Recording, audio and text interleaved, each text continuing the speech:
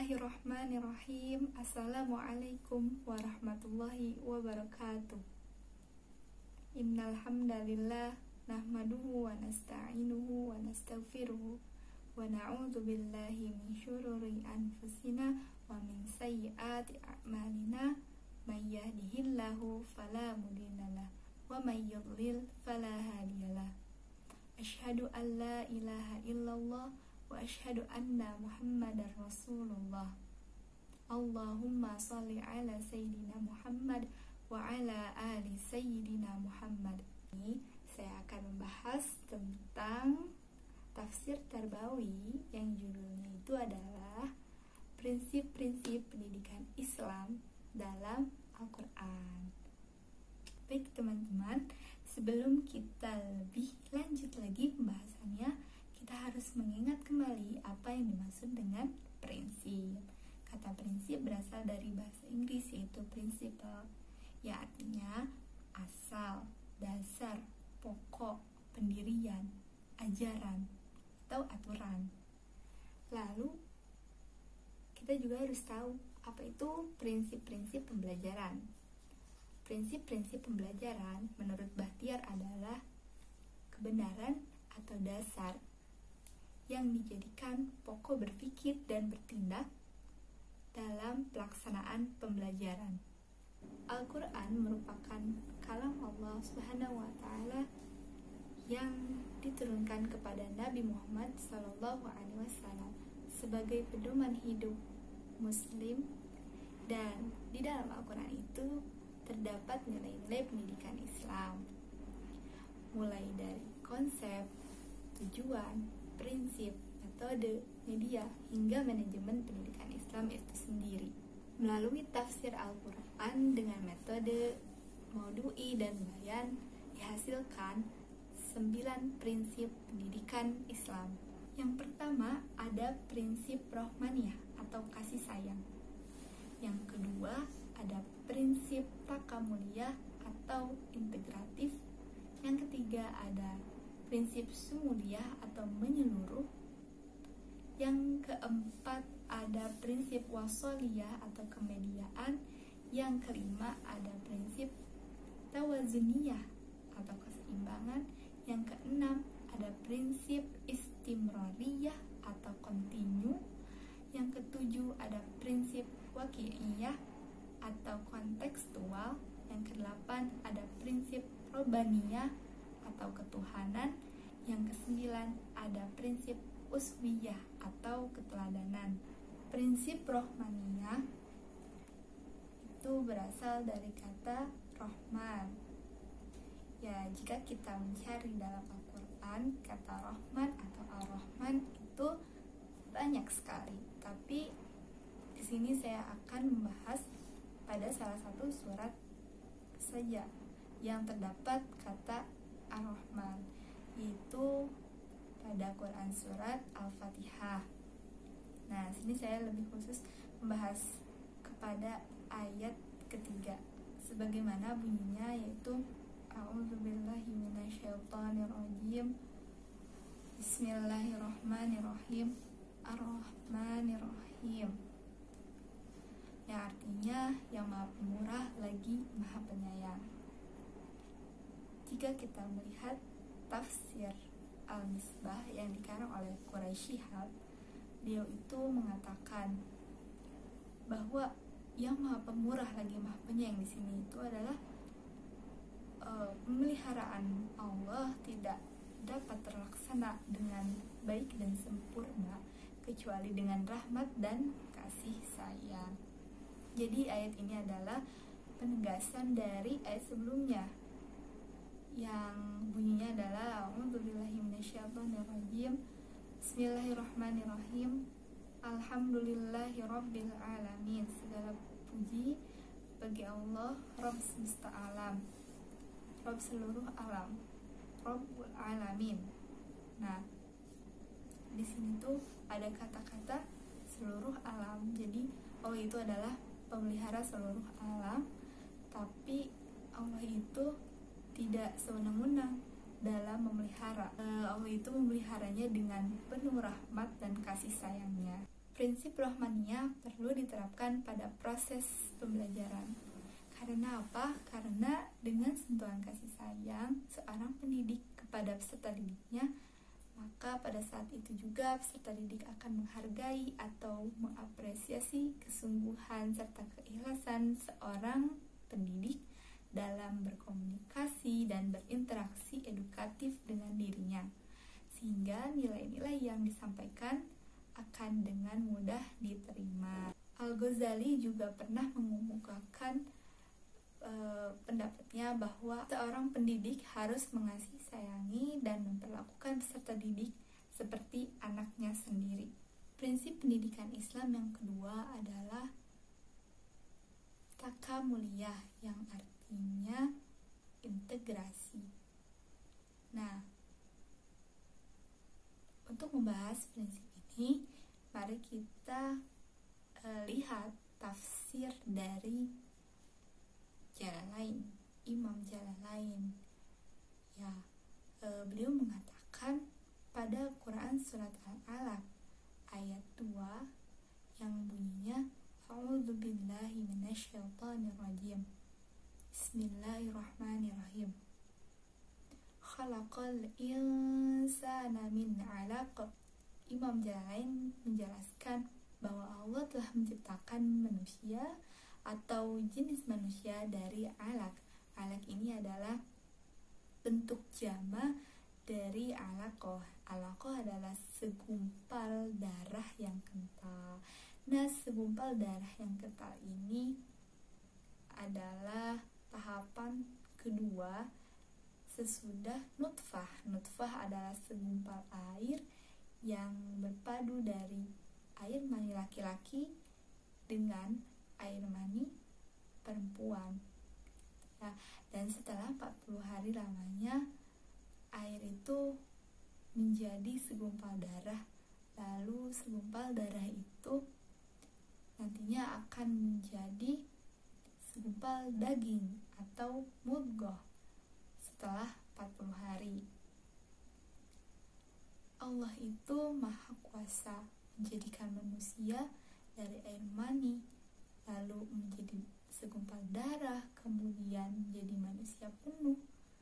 Dan Allah juga yang menjadikan manusia bisa untuk membaca dari keadaan umi yang tidak bisa membaca dan menulis.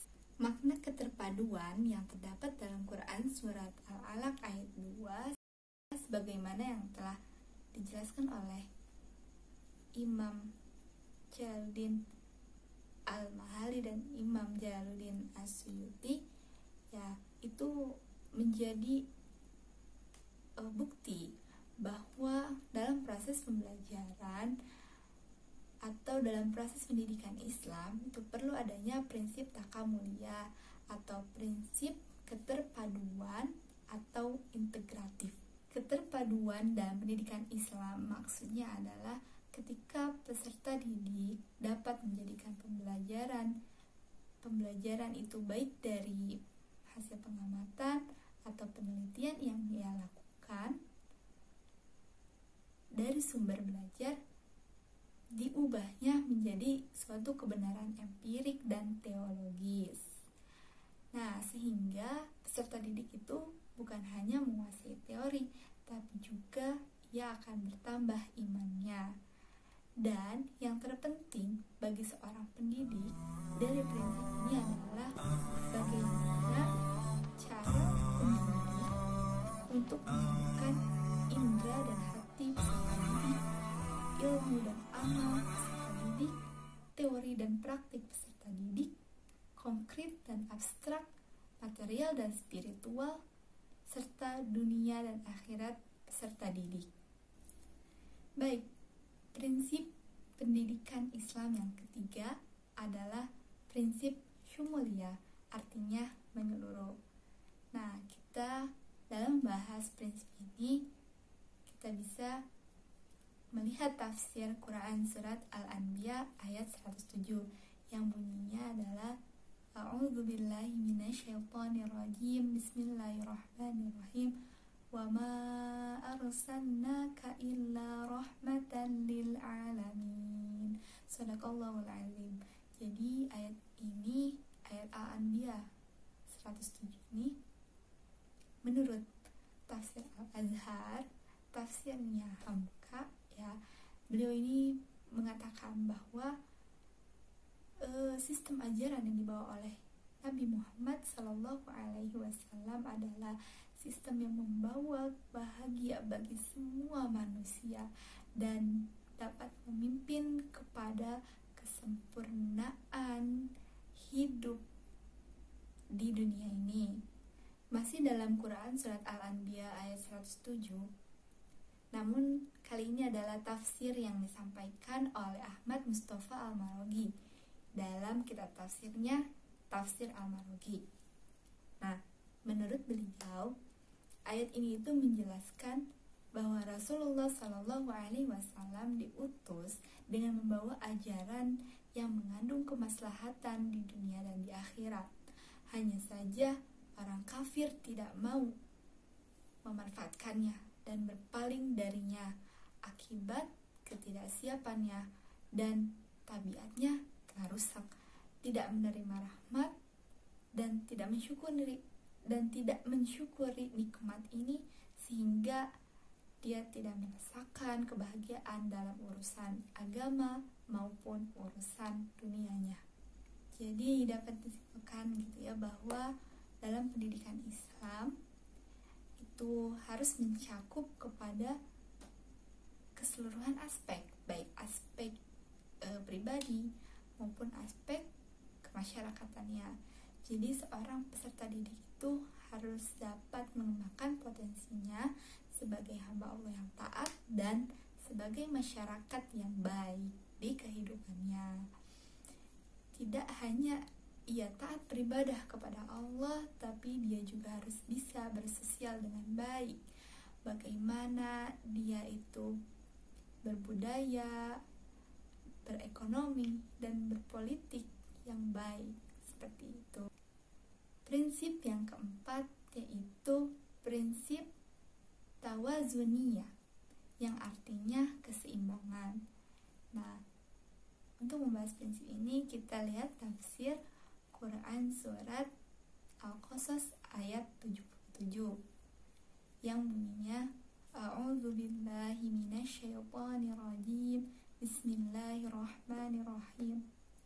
Wabtaghi fima ataakallahu daral akhirah wa la tansa nasibaka minad dunya wa ahsin kama ahsanallahu ilaik wa la tabghil fasada fil ard innallaha la yuhibbul mufsidin.